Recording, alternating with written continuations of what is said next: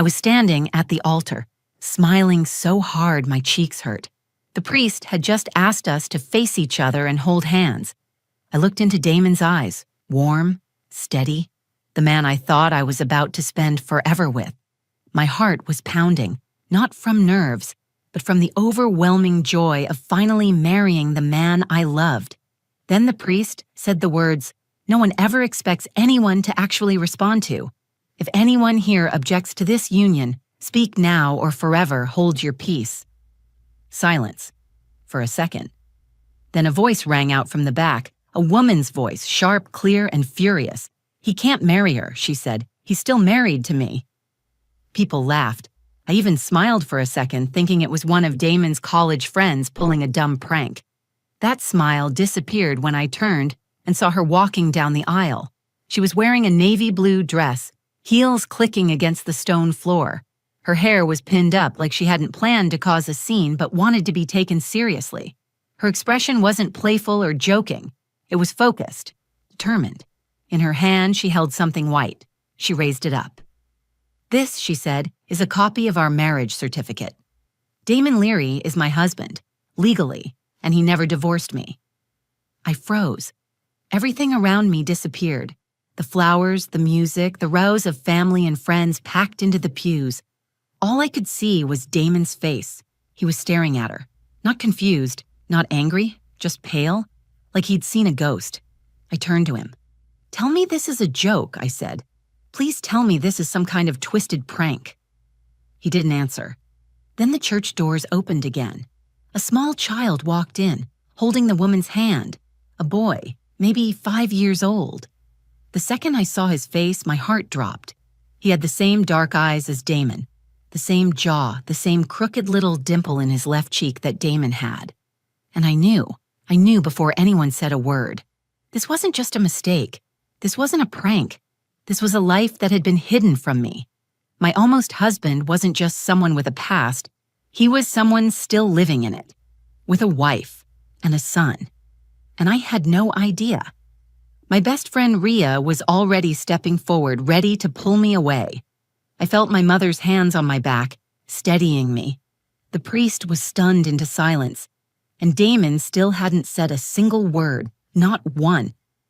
I looked down at my wedding dress. I remembered how carefully I had picked it out, how many hours I had spent imagining this moment. I remembered how Damon had cried during our first look, how he'd told me I was the most beautiful woman he'd ever seen. And then I looked back at the woman, standing there in front of our guests, holding up a legal document, with a child by her side who looked exactly like him. Every detail of that moment is burned into my memory. The sound of whispers behind me, the priest slowly closing the Bible, the heat of embarrassment flooding through my skin, and Damon, the man I had trusted with my entire future, standing there, mouth open, completely frozen. That was the moment everything shattered. The moment my wedding turned into a nightmare I couldn't wake up from. But it wasn't the end. Not even close. Because what happened next changed everything. The morning of my wedding, I woke up in the same bedroom I grew up in. The floral wallpaper my mom refused to change was still there, faded in some spots, but familiar. I sat on the edge of the bed staring down at my old hardwood floor and thought, this is it. After everything I had been through, every heartbreak, every time I thought I'd never find love again, this was finally happening. My mom, Joanna, knocked gently on the door. She came in, holding a tray with toast and coffee. She wasn't the overly sentimental type, but when she saw me sitting there in my robe, she placed the tray down, cupped my face in her hands, and whispered, "You deserve peace, Calla. Damon seems like someone who'll give you that." Her words landed deep. I had been chasing peace my entire adult life. After my dad died in a car accident when I was 17, I learned to carry weight in silence. My mom became more guarded, and I became more careful. Careful with who I let in, careful with what I showed, careful with love. When I met Damon Leary, I didn't fall hard. I fell slowly. I met him at a finance seminar my company had sent me to. I was a school counselor. They're more out of obligation than interest. He was giving a workshop on financial literacy and made a joke about how counselors probably hated charts. I laughed from the back of the room. Later, we bumped into each other at a coffee shop near the venue. I remember how natural it felt. No performance, no games, just a man who looked me in the eyes and asked questions that made me feel seen. Over the next year, Damon and I became something steady. He called when he said he would. He showed up. He remembered little things, like how I always wore 2 rings on my right hand and liked my pancakes a little burnt. He came to family dinners, helped my mom fix the leaky faucet in the laundry room, and even taught my teenage cousin Taryn how to drive. My family liked him, most of them anyway. My best friend Rhea wasn't as convinced. She's the kind of friend who has no filter and no patience for fake smiles. She was polite, but early on she told me, "There's something about Damon that feels too polished, too clean, like he's always performing." I brushed it off. Rhea had always been overprotective, especially since I'd had my heart broken before. She saw me through a 2-year relationship that ended when I caught my ex messaging someone else while I was home with the flu. She saw how hard I fought to keep it together, how I kept showing up for work, for family, even when I felt like a hollow version of myself. So I understood where her skepticism came from, but this time I really believed I had found someone different. Damon proposed to me at the lake where my dad used to take me fishing. It was quiet and simple, just us and a sunset. I said yes with tears in my eyes, not because it was flashy or grand, but because it felt like something solid, like I could finally let myself rest in someone's love. The wedding planning was chaotic in the usual ways: venue troubles, budget constraints, bridesmaid dress drama, but nothing out of the ordinary. I chose my childhood church because I wanted to feel my dad close. Rhea was my maid of honor. My Uncle Morris agreed to walk me down the aisle. My mom cried when she saw me in my dress. Not the loud, messy kind of crying, just one tear, quickly wiped away. She hugged me and whispered, "You're still my baby." Everything felt right, normal, good. The morning of the wedding, Damon texted me a simple message: "Can't wait to call you my wife." That made my stomach flip in the best way. I reread it 5 times, smiling like a teenager with a crush.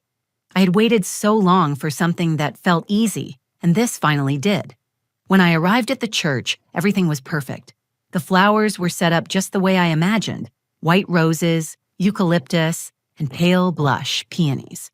The music was soft, the lighting warm. My little cousins giggled as they practiced walking down the aisle.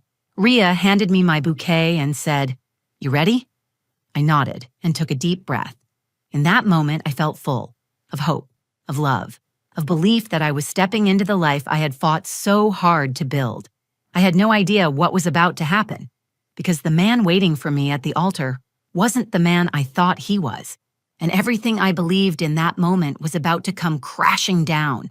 The church was silent except for the sound of birds outside the stained glass windows and the priest's steady voice echoing through the room. He looked between Damon and me with a soft smile, then said the line that was supposed to pass unnoticed, just a formality.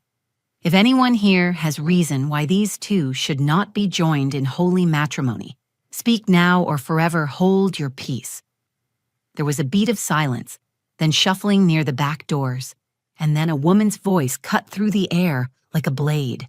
"He can't marry her. He's still married to me."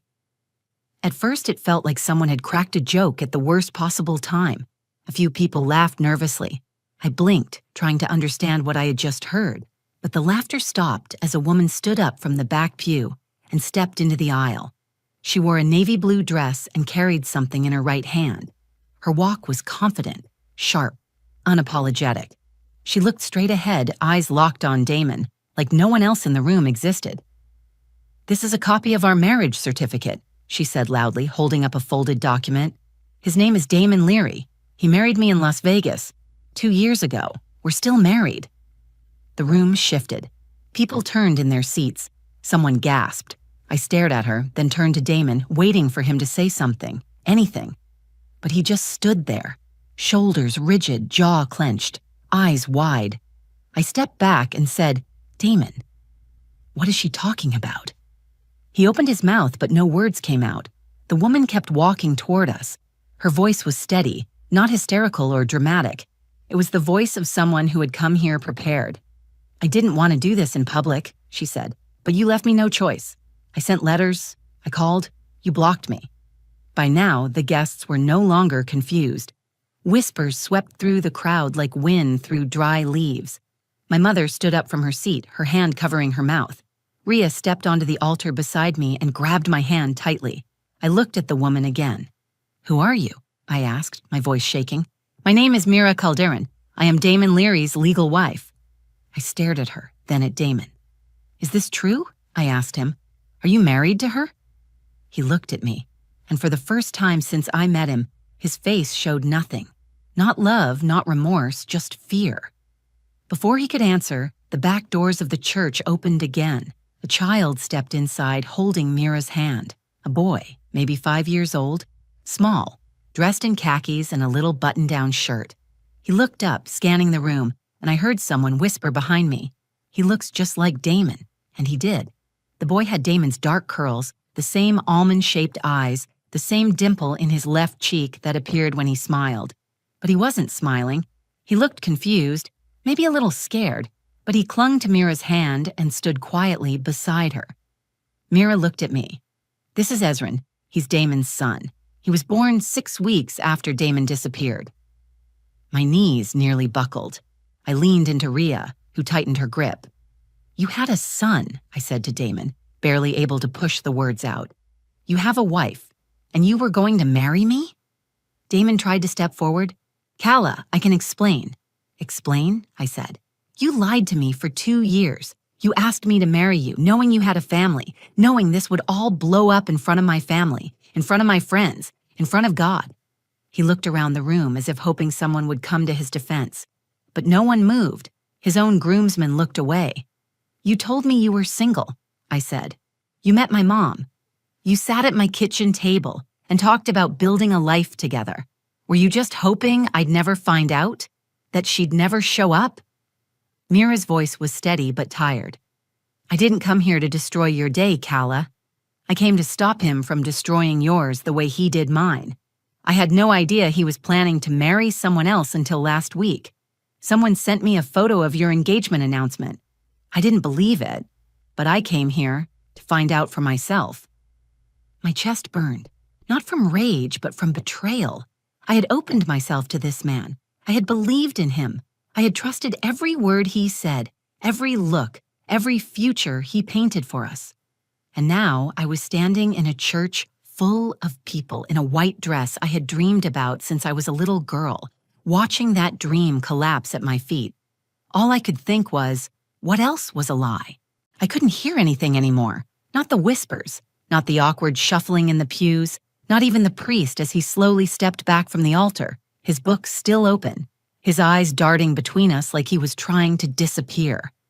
I was locked in a moment I didn't ask for, staring at a man I no longer recognized.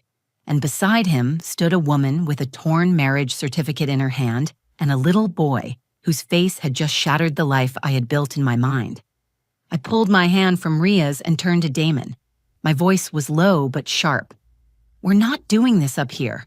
Not like this. We need to talk, all of us." I didn't wait for permission. I didn't care who saw. I stepped off the altar, walked down the side aisle, and led them into the small chapel room behind the sanctuary.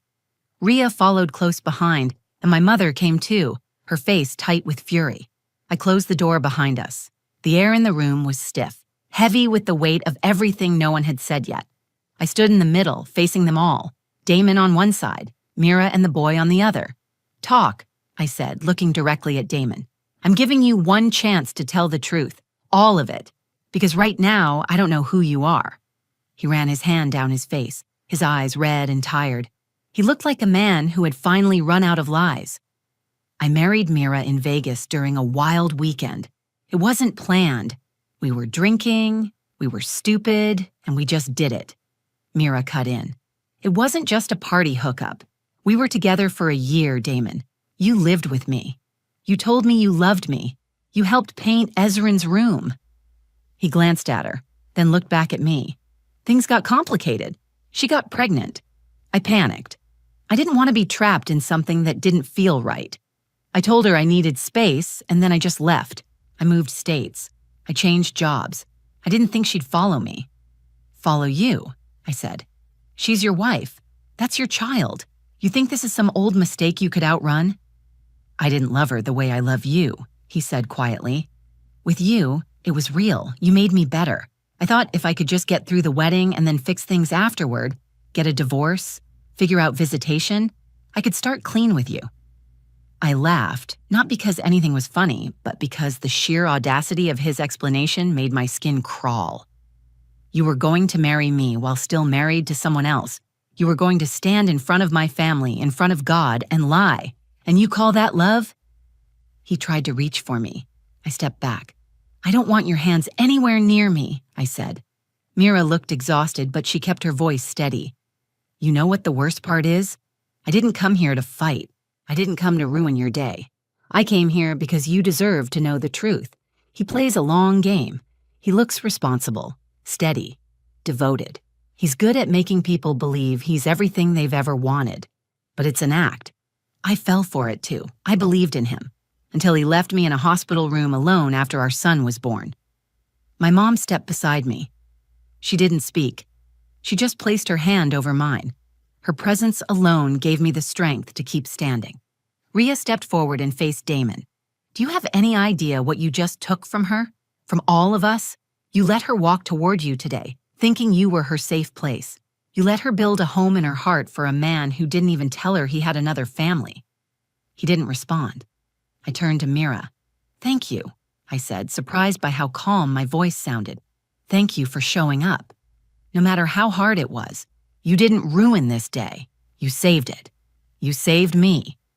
Then I turned to Damon one last time. We're done. You will not explain this away. You will not come near me again. If I have to get a restraining order, I will. I don't want apologies. I don't want explanations. I want distance. I want peace.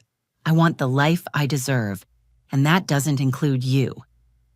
He tried to say something, but I walked out before I could hear it. When I opened the door to the chapel, the guests were still seated, murmuring, confused. I didn't go back up to the altar.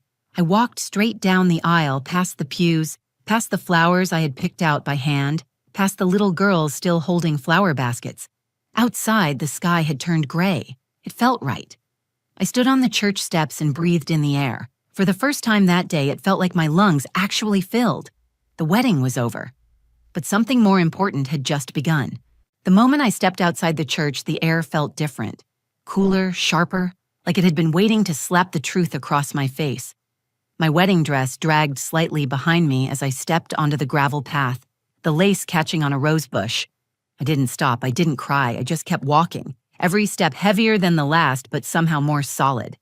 Behind me, the chapel doors opened. Rhea came out first. She caught up to me and wrapped her shawl over my shoulders. I didn't realize I was shaking until I felt her hand against my back. Then came Mira. She walked slowly, holding Ezrin's hand. The boy stayed close to her, quiet and alert, watching everything. When they reached me, I looked down at him again. This little life who had nothing to do with the wreckage his father caused.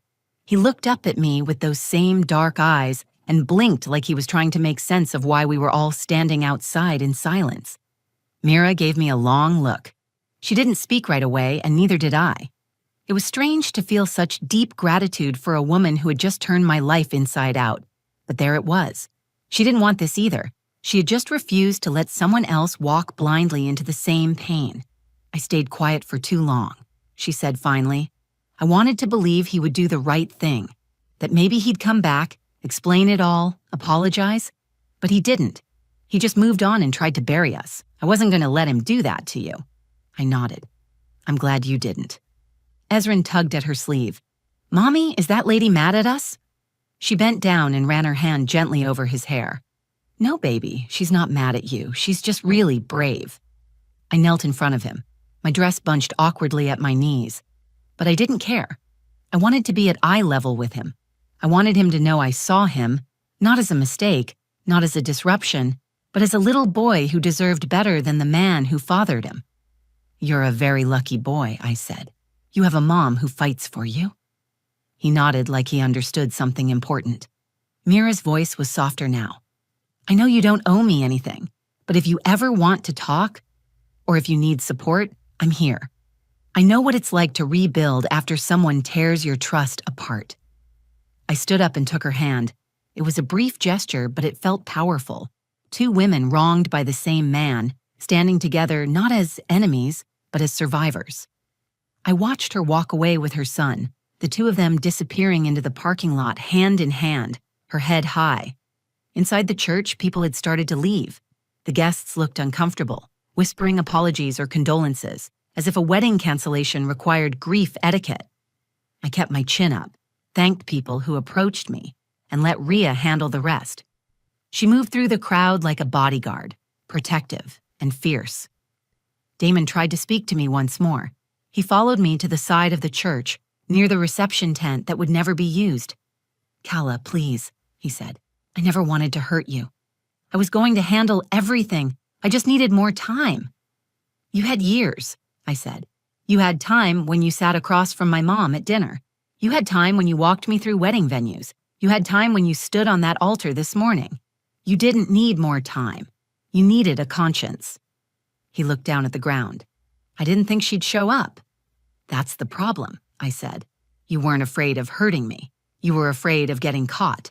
You didn't love me, Damon. You loved being adored." He reached for my hand. I stepped back. "We're done. If you ever try to contact me again, I'll go through a lawyer." He opened his mouth, but I turned away before he could speak. I didn't want another lie. I didn't need another excuse. Back inside the small room where I had gotten dressed earlier that morning, I looked in the mirror. The woman staring back at me wasn't the same woman who had zipped up this gown hours ago. That woman had been full of hope and blind faith. The one standing here now was wide awake. Hurt, yes, but stronger. I slipped off the veil, then the earrings. One by one, I stripped away the parts of the costume I had put on for a future that no longer existed. Rhea knocked gently and walked in. "You okay?" "No," I said honestly, "but I will be." She nodded. "You want to go home?" I looked out the window. The sky had cleared just a little. I didn't want to go home. I wanted to move forward. "Not yet," I said. "Let's go get ice cream." Rhea raised an eyebrow. "In a wedding dress?" "In a wedding dress." She grinned. "Hell yes." We walked out of the church, not as a bride and maid of honor, but as two women who had each other's backs when everything else fell apart. People stared, some smiled. I didn't care. The man I almost married had destroyed my trust, but he didn't destroy me, and that mattered more than anything. The day after the wedding that wasn't, I woke up in my childhood bedroom again. My dress was still in the garment bag in the corner. The flowers, now slightly wilted, sat on the windowsill. I stared at the ceiling for a long time, not crying, not moving, just breathing through the weight of it all. There were no more guests to entertain, no gifts to unwrap, no honeymoon to pack for, just silence. And my mother knocking gently with a cup of coffee in her hand. She didn't say anything at first. She just sat beside me on the bed, placed the coffee on the nightstand, and took my hand. Her grip was firm, like she was trying to pass her strength directly into me. It worked. I didn't break. "You did the right thing," she said quietly. "Walking away took more strength than most people have." I nodded. I didn't feel strong, but I believed her. That week, I didn't go back to work. I didn't check my phone. Rhea turned away reporters, blocked unknown numbers, and filtered through the flood of messages that poured in. I only read the ones that mattered. My cousin Taryn telling me he was proud of me, a letter from Mira thanking me for listening instead of lashing out, and a note from one of my students that simply said, "Miss Miles, I hope you're okay. You always tell me that storms pass." I thought about that message every time the ache in my chest flared up. Every time I caught myself looking at old pictures, wondering when Damon's mask had started to slip and how I had missed it. Grief wasn't just about the loss of him, it was about the loss of the life I thought I was walking into.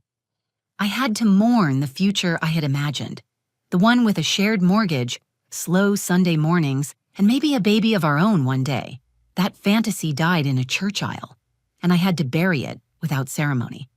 But something unexpected happened in the weeks that followed. The silence stopped feeling heavy. It started to feel like space, space to think, space to breathe, space to hear my own voice again. I went back to work, slowly at first, I sat with students who were struggling, who felt lost in their own heartbreaks, and I realized I understood them better now. My pain didn't make me bitter. It made me sharper, more empathetic, more grounded in what mattered. One afternoon, I stood outside the school watching the kids run to their buses. A coworker asked how I was doing. I smiled and said, "I'm not okay every day, but I'm getting there." And that felt true. Damon tried to reach out twice. Once through a voicemail I didn't listen to, and once through a letter I gave to my attorney unopened. There was nothing left to say. Closure doesn't come from the person who hurt you. It comes from the decision to no longer let their actions define your peace. As for Mira, we stayed in touch. We weren't best friends, but we were bonded by survival. I met Ezrin again a few months later. He ran into the room holding a drawing of a rocket ship. He gave it to me without hesitation. On the back, he had written his name and 2 stick figures holding hands. It made me cry, but not in the way I expected. It reminded me that good still exists, even in the wreckage. Ria and I eventually took that trip we were supposed to take for my bachelorette weekend. We went to Maine, rented a cabin by the coast, and stayed up late drinking wine and talking about what it meant to start over. "Do you think you'll ever fall in love again?" she asked one night. "I don't know," I said. "But I know I'll never fall for a lie again, and that's a start." The truth is, what Damon did broke something in me. But what I chose to do after that built something stronger. I used to think love was about devotion, about choosing someone and building a life around them no matter what. Now I know love starts with choosing yourself. It starts with listening to the small voice inside that says, "This doesn't feel right," and then being brave enough to act on it. I didn't get married that day, but I got clarity. I didn't walk into a marriage, but I walked out with my dignity, and that is something I will never regret. So when people ask me what happened, I don't say my wedding was ruined, I say it was redirected, because I didn't lose the love of my life that day. I found it in myself. Thank you for listening to my story. If it made you feel something, if it reminded you of your own strength, or helped you see red flags a little clearer, then I'm glad I shared it. Not every story has a fairy tale ending, but sometimes the most powerful endings are the ones where we choose ourselves. If you connected with this, please like the video, share it with someone who might need to hear it, and leave a comment below. I'd love to know your thoughts or hear your story. And if you want more real stories about resilience, truth, and learning the hard way, subscribe to the channel and hit the notification bell so you never miss one. Your voice matters here. Thanks for being part of this space.